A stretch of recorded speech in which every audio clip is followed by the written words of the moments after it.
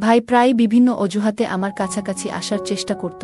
আমি বুঝতাম যে সে কিছু বিশেষ মনোভাব প্রকাশ করতে চায়, কিন্তু আমি বেশ আতঙ্কিত ছিলাম। একদিন মায়ের কাছে বিষয়টি বললাম। মা বললেন, সে তো তোমার ভাই, সে তোমাকে ভালোবাসে, এটাই স্বাভাবিক, তোমার উচিত তার কথা শোনা। আমি মায়ের কথায় বিস্মিত হয়ে গেলাম। একদিন আমি বাসায় একা ছিলাম। হঠাৎ আমার ভাই এসে আমাকে কিছু বোঝানোর চেষ্টা করছিল। আমি অনেকক্ষণ ধরে ধৈর্য ধরে অপেক্ষা করছিলাম, কিন্তু শেষে আবেগের বশে বলেই ফেললাম, ভাই তুমি যা করতে চাও করো, তবে একবার চিন্তা করে শান্তভাবে সিদ্ধান্ত নিও। আমার ভাই ছিল ২০ বছর বয়সী একজন তরুণ। সে আমার চেয়ে বড় এবং দেখতে বেশ আকর্ষণীয়। আমিও তখন একজন কিশোরী মেয়ে ছিলাম। আমি অনেক আকর্ষণীয় ছিলাম, গায়ের রং ফর্সা, তাই আমার এই সৌন্দর্যতার সুযোগ আমার ভাই নিতে চেয়েছিল। আমার গল্পগুলো তোমরা শুনো, কিন্তু সাবস্ক্রাইবই করো না। দয়া করে গল্পগুলো ভালো লাগলে ভিডিওটি লাইক, শেয়ার এবং চ্যানেলটি সাবস্ক্রাইবই করো প্লিজ। আমি তখন ১৬ বছরের কিশোরী ছিলাম এবং আমার সামনে নতুন এক পরিস্থিতির সম্মুখীন হচ্ছিলাম। আমার মা দ্বিতীয়বার বিয়ে করছেন, এটা বুঝতে পারলেও মেনে নেওয়ার মতো মানসিক প্রস্তুতি আমার তখনও ছিল না। আমাকে অনেক চিন্তায় ফেলে দিয়েছিল। আমার জন্য আমার নিজের বাবার পরিবর্তে অন্য কাউকে বাবা হিসেবে মেনে নেওয়া খুব কঠিন ছিল। কিন্তু এই কঠিন সময় আরও কঠিন হয়ে ওঠে যখন আমার নতুন পরিবারের একজন সদস্য আমার জীবনে প্রবেশ করে। আমার মা তার নতুন জীবনে প্রবেশ করার পর একদিন আমি দেখলাম যে একজন ছেলে এসে প্রথমে মাকে সালাম জানাল এবং তারপর আমার দিকে তাকিয়ে বলল, প্রিয়া, আমি তোমার জয় ভাই, আজ থেকে আমরা একসঙ্গে ভালোভাবে থাকব। এখন থেকে আমি তোমার বড় ভাই। আমি অবাক হয়ে ভাবছিলাম, হঠাৎ করে এই নতুন ভাই কোথা থেকে এলো। পরে বুঝলাম সে আমার সৎ বাবার ছেলে, যাকে আমার মা আমার বড় ভাইয়ের মর্যাদা দিয়েছেন। এই বিষয়ে মা আমাকে কিছু বলেনি। সে আমাকে এক অদ্ভুত দৃষ্টিতে দেখল, যা আমার মনে এক ধরনের অস্বস্তি তৈরি করল। তারপর মা আমাকে আমার রুমে রেখে বললেন, আজ থেকে আমি তোমার বাবার সঙ্গে অন্য ঘরে থাকব। কোনো কিছু প্রয়োজন হলে আমাকে ডাকবে। কিছুক্ষণ পর আমার পানি খাওয়ার ইচ্ছে হলো, কিন্তু ঘরে পানি না থাকায় আমি মাকে ডাকলাম।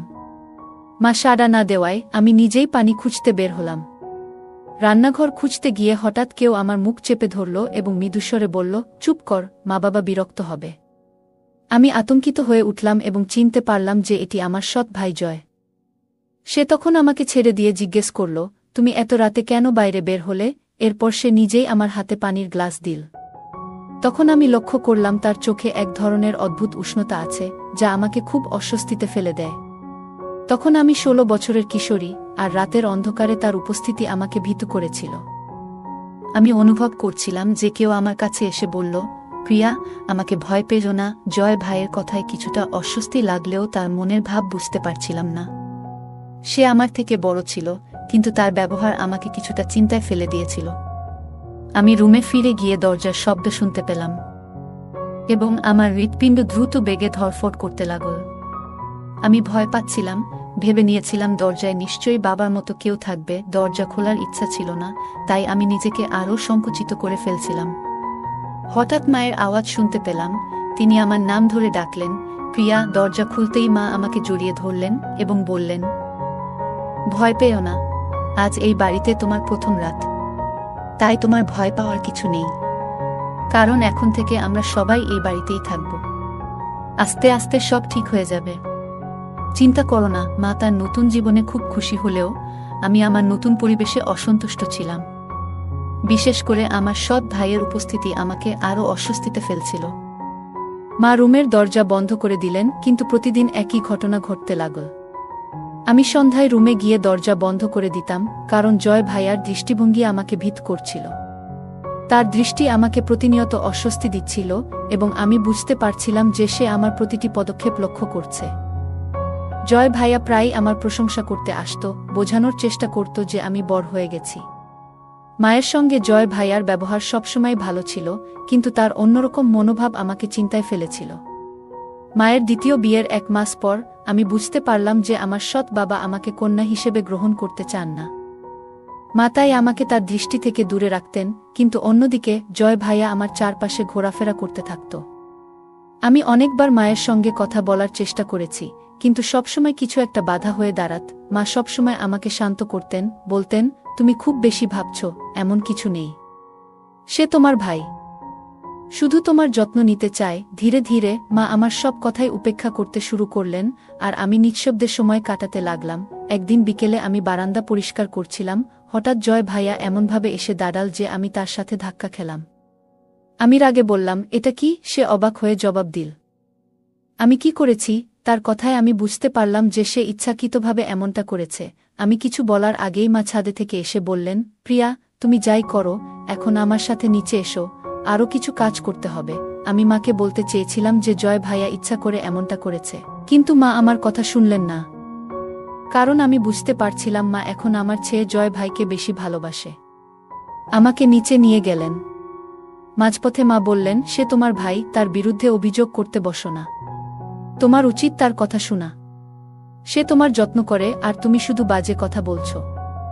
সে একটু ঠাট্টা করে, কিন্তু সেটাকে মনের মধ্যে নিও না। আর সে যা চায় তাই করো। মায়ের কথাগুলো শুনে আমি হতাশ হয়ে পড়লাম। মা জয় ভাইয়ার বিরুদ্ধে কিছু শুনতে চাইছিলেন না। সম্ভবত তিনি তাকে নিয়ে অতিরিক্ত বিশ্বাসী ছিলেন, বা হয়তো অন্য কোনো কারণে চুপ থাকছিলেন। জয় ভাইয়া সুযোগ পেলেই আমার কাছাকাছি আসত, আমাকে অস্বস্তিতে ফেলত। আমি বুঝতে পারছিলাম যে সে আমার থেকে কি চায়, কারণ তার আচরণ তা স্পষ্টভাবে প্রকাশ করছিল। আমি মায়ের কাছে সবকিছু বলতে পারতাম না, কারণ আমি জানতাম তিনি আমার কথা বিশ্বাস করবেন না। কেন জানি না, কিন্তু আমার সৎ বাবা এবং তার ছেলে মায়ের কাছে খুব প্রিয় হয়ে উঠেছিলেন, আর আমি, প্রকৃত সন্তান হয়েও, যেন উপেক্ষিত ছিলাম। মা সবসময় জয় ভাইয়ার কথা বিশ্বাস করতেন, আর আমি আস্তে আস্তে নিজের কথাগুলো গোপন করতে শুরু করলাম। কারণ এখন কাউকে এসব বলে লাভ হবে না, কেউ বিশ্বাস করবে না। একদিন মা আমাকে বাড়িতে রেখে বাজারে গেলেন। ঠিক সেই সময় জয় ভাইয়া হঠাৎ ফোন রেখে দ্রুত ফিরে এল।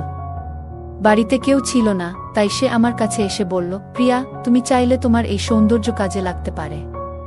আর কতদিন এভাবে সময় নষ্ট করবে? আমি রেগে গিয়ে বললাম, তুমি আমার ভাই, এভাবে কথা বলো না। সে হেসে বলল, হ্যাঁ, আমি তোমার ভাই, তবে সৎ ভাই। তার কথায় আমি ভীষণ অস্বস্তি বোধ করছিলাম।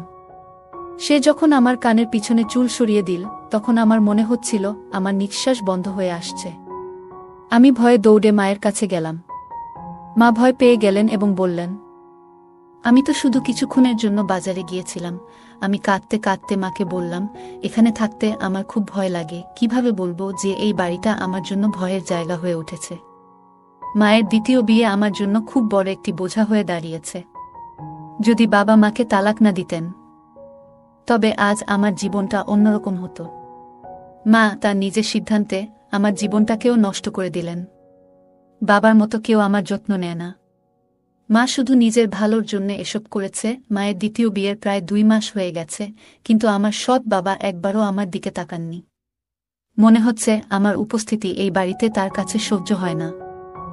মা আমার খুব কাছের ছিলেন, কিন্তু তিনি যেন ধীরে ধীরে দূরে সরে যাচ্ছিলেন। মাকে হারানোর ভয় এবং নতুন পরিস্থিতির সাথে মানিয়ে নেওয়া আমার জন্য কঠিন হয়ে পড়েছিল।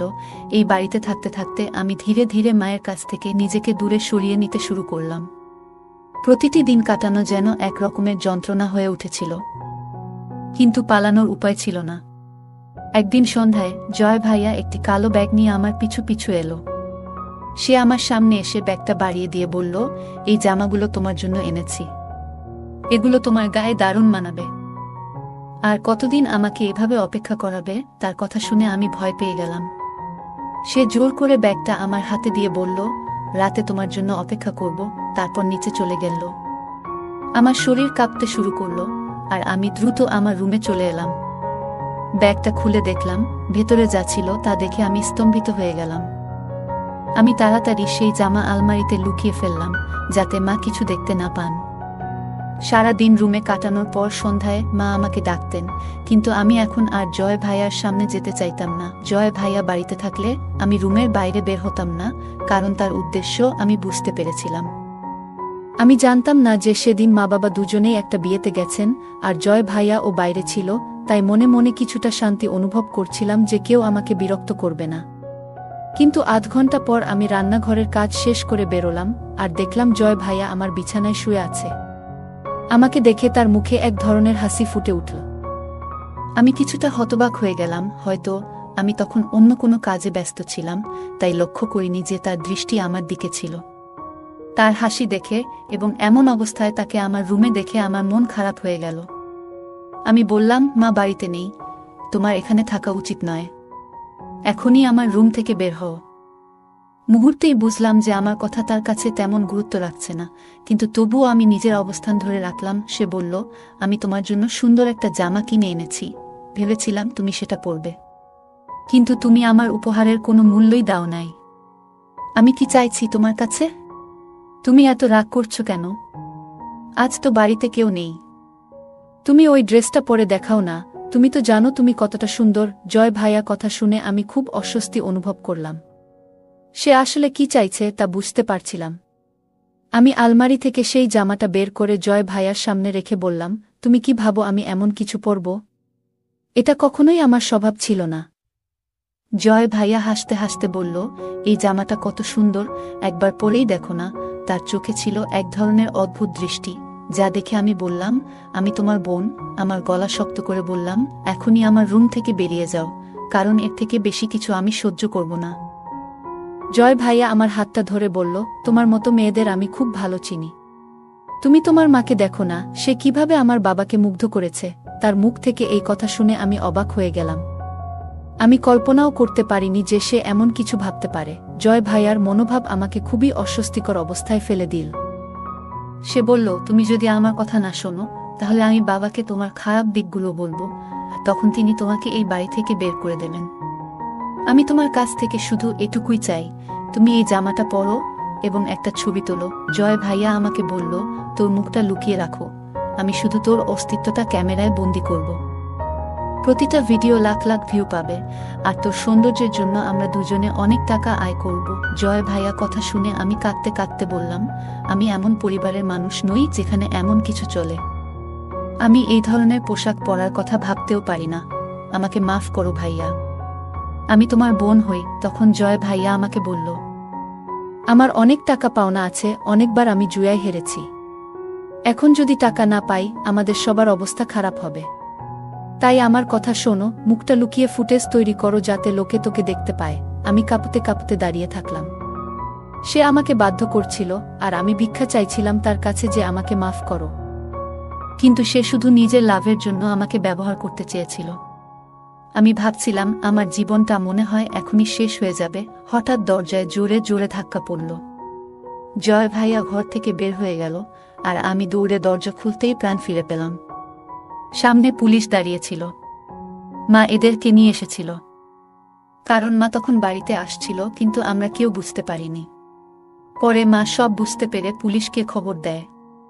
তারা জয় ভাইয়াকে খুঁজে নিয়ে আসে আর জিজ্ঞাসাবাদ করে। আমি ওদের সব কিছু বললাম। পুলিশ জয় ভাইয়াকে গ্রেফতার করল এবং আমাকে বলল যে সে তার বন্ধুদের সাথে কিছু মেয়েদের ভিডিও তৈরি করেছে এবং সেগুলো সাইবার ক্রাইমের আওতায় এনে ব্যবহার করতে চেয়েছিল।